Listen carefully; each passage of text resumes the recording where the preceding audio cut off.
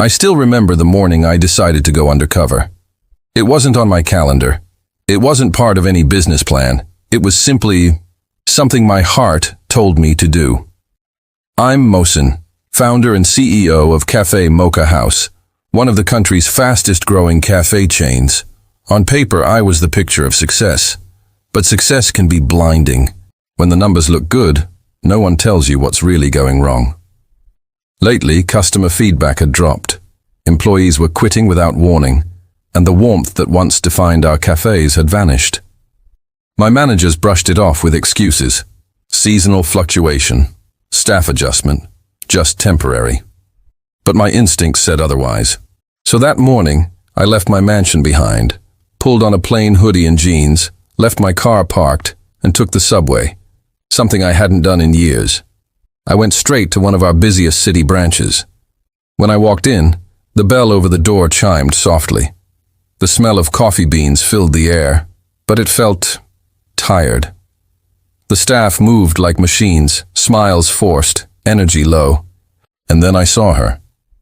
A young waitress balancing 3 cups in one hand and a tray in the other. Her hair tied neatly, her yellow shirt catching the sunlight that poured through the big glass windows. She looked exhausted, but her smile was real. Something about her presence softened the entire room. I took a seat by the window. She approached, notepad in hand. "Good morning, sir. What would you like today?" Her voice was warm, gentle, like she actually cared about the answer. "Just a cappuccino," I said. She nodded and left. I noticed a man in a tie behind the counter watching her with irritation. The branch manager, I assumed. He didn't look like someone easy to work under. While waiting, I overheard 2 baristas whispering. "Did you see the pay cuts again?" one said. "Yeah, and they expect us to smile about it," the other replied bitterly. My heart sank. This wasn't the cafe I had dreamed of building. A few minutes later, the waitress returned, holding a cup with both hands. "Here you go, sir," she said softly. The cappuccino looked perfect. Rich crema, balanced aroma. I took one sip and froze. It had that touch of warmth, a faint flavor I hadn't tasted in years. "Did you add something to this?" I asked curiously. She smiled, shyly brushing a strand of hair behind her ear. "A little cinnamon," she said. "My mom used to do that. Makes it taste like home." Her words hit me. Makes it taste like home. When was the last time any of my cafes had felt like that? Before I could say anything more, she glanced nervously toward the counter. The manager was glaring again. "Sorry," she whispered. "He doesn't like it when we talk too much." That stung. So I lowered my voice and asked, "Why do you still smile, even when things look difficult here?" She hesitated for a moment, eyes softening. Then she said 3 simple words, the words that would change everything. "Because kindness matters." Those words landed deep. I just sat there, staring at her, realizing I'd built an empire that had forgotten its soul. And in that moment, I made a silent decision. I wasn't just going to be an undercover CEO anymore. I was going to make things right, starting with Maya. The next morning, I was back at the cafe. Same corner seat, same black hoodie. No one recognized me, not even the manager who had shaken my hand once at the company's annual meet. That was the irony of running a large business. Your people knew your name, but not your face. I didn't mind. That was the point. Maya was already there, arranging pastries behind the counter. She moved quietly, but there was a calm energy around her, the kind that draws attention without demanding it. Her smile, though tired, still carried a kind of grace.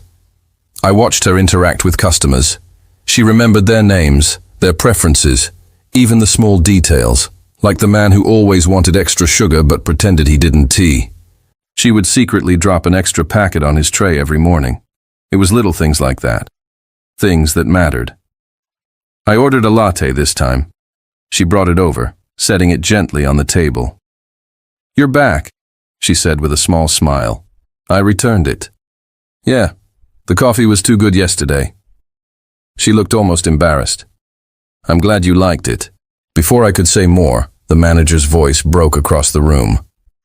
Maya, how many times do I have to tell you? Customers first, cleaning later. Her shoulders stiffened. Yes, sir. She hurried toward him, apologizing, even though she hadn't done anything wrong. I clenched my fists under the table. He was rude, arrogant, the type of manager who led through fear, not respect. He barked orders while doing nothing himself, and the others were too scared to speak. I watched Maya pick up a mop and clean a spill left by another worker. Even then, she smiled at a child who dropped a cookie nearby, assuring him it was okay. That patience, that kindness. It wasn't weakness. It was strength. After the lunch rush, when things calmed down, I went up to the counter. You work hard, I said quietly. How long have you been here? She looked up, surprised by my tone. Almost 2 years. Do you like it? I asked. She hesitated. I like the people, the customers, the smell of coffee. It's just... She trailed off. Just what? She bit her lip. It's hard sometimes. The hours, the pay, and Mr. Kamal, the manager. He isn't exactly kind. I nodded slowly, pretending to be just a curious stranger. But inside I was furious. No employee deserved that, especially not someone like her. Then she added softly, but I can't complain. My mom's been sick for a while. This job keeps the medicine coming, so I just try to keep smiling. Her words twisted something inside me. The CEO in me wanted to fix it instantly, raise her pay, fire the manager, send help for her mother. But the man in me, the one sitting undercover, knew that if I acted too soon, I'd lose the truth I was here to find. So I smiled faintly. You're stronger than you think, Maya. She laughed lightly. Maybe. But sometimes, strength is just pretending everything's okay. Her eyes told a story far deeper than her words. That day, as I watched her serve customers until closing time, I realized something simple, yet powerful. Sometimes the people at the bottom have the biggest hearts, and the people at the top, like me, forget how to listen to them. When I walked out that evening, I made up my mind. Tomorrow, I'd stay till night, to see what really happened when the customers left, when the lights dimmed and the truth came out. Because I had a feeling Maya's story wasn't just about struggle, it was about survival. The next day, I came in earlier than usual and stayed longer than anyone noticed. I told the barista I was waiting for a friend, ordered a coffee I didn't even drink, and stayed in my corner seat as the cafe slowly emptied out. By 9 p.m., only a few customers were left. The lights were dimmer now, soft music played in the background, and fatigue was written on everyone's faces. But Maya was still smiling, still moving like she carried the cafe's warmth in her hands. I watched her pick up trays, wipe tables, refill sugar jars. Every time someone said thank you, she replied with genuine kindness, even when her back clearly ached. Then it happened. The manager, Kamal, stormed out of the kitchen holding a stack of bills. His tie was loose, his face red with frustration. Maya! He barked. She froze, cloth still in her hand. Yes, sir? He slammed the papers on the counter. These numbers don't add up. Who closed the register yesterday? Maya looked startled. I did, sir, but I double-checked everything. It was fine. Fine? He sneered. We're short by 3,000 rupees. Don't play innocent. The whole cafe went silent. Even the baristas stopped pretending to clean. I swear, sir, I didn't take anything, Maya said softly. Her voice trembled, but she stood her ground. You can check my bag if you want. Oh, I will, he snapped. You're lucky I haven't called the police yet. That was it. I couldn't sit still anymore. I stood up slowly and walked toward the counter. Excuse me, I said, keeping my voice calm. You're accusing her without proof? The manager glared at me, clearly not recognizing me. This is none of your business, sir. Please enjoy your coffee. Oh, I will, I said, but I don't enjoy watching people get humiliated for no reason. Maya's eyes widened. She looked like she wanted to tell me to stop, to protect me maybe. But I wasn't going anywhere. The manager scoffed. "You think you know better than me, stranger? You don't even work here." "Maybe not," I replied evenly. "But I know what respect looks like. And you're doing the opposite of it." He stared at me, anger flashing in his eyes. "You have no idea how to run a cafe, sir. Employees like her are the reason profits drop." Employees like her. Those words cut deep, because in his arrogance, he'd revealed the whole problem with my company's culture. Before I could answer, Maya stepped forward. "Please, sir," she said quietly, looking at me. "It's okay. I can handle it." I saw tears glistening in her eyes, but she still smiled. That broke me. I turned back to Kamal, forcing my anger to stay measured. "You'll regret speaking to her like that." He smirked. Big words for someone buying a cappuccino. I didn't reply, not yet, because part of me wanted to let him dig his own grave. After a tense moment, I turned to Maya. "You're doing a good job. Don't let anyone tell you otherwise." She blinked, clearly stunned. "Thank you, sir," she whispered. Then I quietly walked out, leaving behind the sound of clinking cups and whispers. But as I stood outside the cafe that night, watching the lights flicker inside, I made my next decision. Tomorrow morning, I'd return as someone else, not the stranger in the hoodie, but the real Mohsin, because enough was enough. It was time for everyone to know who I was, and for Maya to finally get what she truly deserved. The next morning, I didn't wear my hoodie. No disguise, no shadows, no more pretending.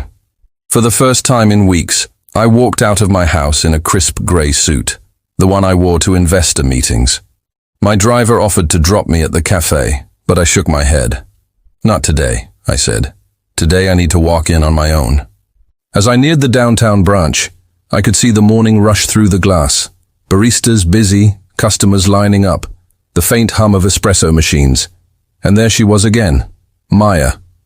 Her hair tied up neatly, smile still intact, even after what had happened last night. But this time, the moment I stepped in, everything felt different. The manager, Kamal, froze the instant he saw me. His eyes widened in disbelief, then panic. "Sir, Mr. Mohsin, you're here in person?" Every employee stopped moving. Cups clattered. Conversations dropped to whispers. I walked straight toward the counter, calm but firm. "Yes," I said simply. "I thought I'd see how my business actually runs." He swallowed hard. Sir, if I'd known you were coming, I raised a hand to stop him. "That's exactly the problem, Kamal. You only act professional when someone's watching." Maya stood a few feet away, stunned. She looked from me to the manager, her lips slightly parted. You're the CEO?" she whispered, her voice trembling. I turned toward her and smiled softly. "Yes, I wanted to see the truth for myself, and you showed me more than anyone else ever could." She blinked rapidly, still processing. I didn't know. I'm so sorry if I..." "Don't apologize," I interrupted gently. "You're the only one who did things right." Then I turned to Kamal. "Now about last night. I heard everything. The accusation, the humiliation, the lack of respect. And for the record..." I leaned closer, my tone sharp. "There was no missing money. It was a miscalculation caused by your own error." His face drained of color. Sir, You're fired," I said coldly. The cafe went silent. You could hear a pin drop. Kamal tried to speak, but I'd already turned away. 2 security officers from headquarters, whom ID called earlier, stepped in quietly and escorted him out. When I turned back, Maya looked pale, overwhelmed. "Sir, you didn't have to do that for me," she said softly. "I didn't do it for you," I said, meeting her eyes. "I did it because it was right. But I will admit," I paused, letting a small smile form. "Your courage inspired me to remember what this company was built on." She looked down, her eyes glistening. Thank you, sir. No, I said. Thank you. Then I walked to the middle of the cafe, addressing everyone. I started Cafe Mocha House with one idea, that every cup we serve should carry warmth, not just in taste but in heart. Somewhere along the way, we lost that, but not anymore. Every employee listened, some with guilt, others with relief. I turned back to Maya. From today onward, you'll report directly to the regional manager. Your position, assistant supervisor. Her eyes widened. Me? You earned it, I said. Not with titles, but with kindness. The staff began to clap softly, and soon the whole cafe was applauding her. Maya covered her face for a moment, overwhelmed, her shoulders shaking as she tried not to cry. I stepped closer and said quietly, "You once told me kindness matters. You were right, and I promise, this company will never forget that again." She smiled through her tears. Then maybe it'll start feeling like home again. And just like that, the cafe, my cafe, felt alive again. In the weeks that followed, everything changed, not just in that branch, but inside me too. The news that I, the CEO, had gone undercover spread like wildfire. New policies for fair pay and better conditions rolled out, and everyone realized it wasn't a rumor, but the real change was in Maya. The once shy waitress was now a confident manager, her smile lighting up the cafe. I started finding excuses to visit, telling myself it was for inspection. "Morning, sir. Cinnamon in your cappuccino again?" she'd ask with a knowing grin. One afternoon, I saw her patiently helping a new trainee clean up a spill. Later, during her break, we sat by the window. She thanked me for helping her mother, her words hitting me harder than she knew. "You reminded me," I told her, "that success without kindness isn't success at all." As she returned to work, I realized something profound. For the first time, someone saw me without my wealth, and in that moment, I knew it wasn't just admiration growing in my heart. It was love. It happened on a rainy evening, the kind of night when the city lights blurred through water-streaked glass, and everything felt slower, softer. I was sitting in my car outside the cafe, watching droplets race down the windshield. Inside, I could see Maya closing up, locking the register, humming a tune I couldn't hear but somehow felt. She had changed everything, not only in the cafe but in me. I took a deep breath, stepped out into the drizzle, and walked in. She looked up in surprise. "Mr. Mohsin, you're still here?" "Couldn't leave without my cinnamon cappuccino," I said with a smile. She laughed. "We're closed, but I think the CEO can make an exception." She brewed it herself, the way she always did. Steady hands, gentle heart. When she handed me the cup, our fingers brushed. Something simple, but real. For a moment, neither of us spoke. The sound of rain filled the silence. "Maya," I began quietly, "do you remember the first day I came here?" She smiled faintly. "The man in the hoodie who asked too many questions?" I chuckled. "That's the one. I came here to find out why my cafes were losing their soul. I thought I'd find numbers, management issues, broken systems.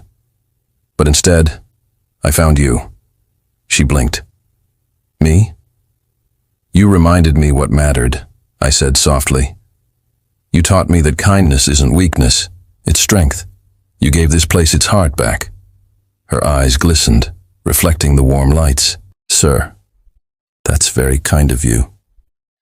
"Maya," I said, stepping closer, "you don't have to call me sir anymore." She froze, heart clearly racing. I could almost feel it between the raindrops. "I don't know how or when it happened," I continued, my voice lower now, "but somewhere between your smile and your strength." I forgot where the CEO ended, and the man began. Her lips parted slightly, trembling with emotion. "Mohsin, you've done so much already. I don't want you to feel obligated." "This isn't obligation," I interrupted gently. "It's gratitude, it's admiration, it's something deeper." For a moment, we just looked at each other. Two people from completely different worlds standing in the middle of a quiet cafe, connected by something neither had planned for. Then she whispered, "You once told me success without kindness isn't success at all. Maybe love is the same. Without kindness, it's not real." Her words were like the echo of that first day, because kindness matters. I smiled, and for the first time in a long time my heart felt light. She didn't need promises or diamonds, she just needed truth. I reached out, gently taking her hand. "Then let's start there. With kindness." She nodded, her eyes soft, a tear slipping down her cheek, not from pain, but peace. Outside, the rain softened into a drizzle. Inside, the cafe lights glowed warmer than ever. That night, I realized something simple yet profound. The greatest investment I ever made wasn't in buildings, branding, or beans. It was in people. In one woman's kindness that changed an empire and healed a man's heart. Because at the end of it all, kindness really does matter.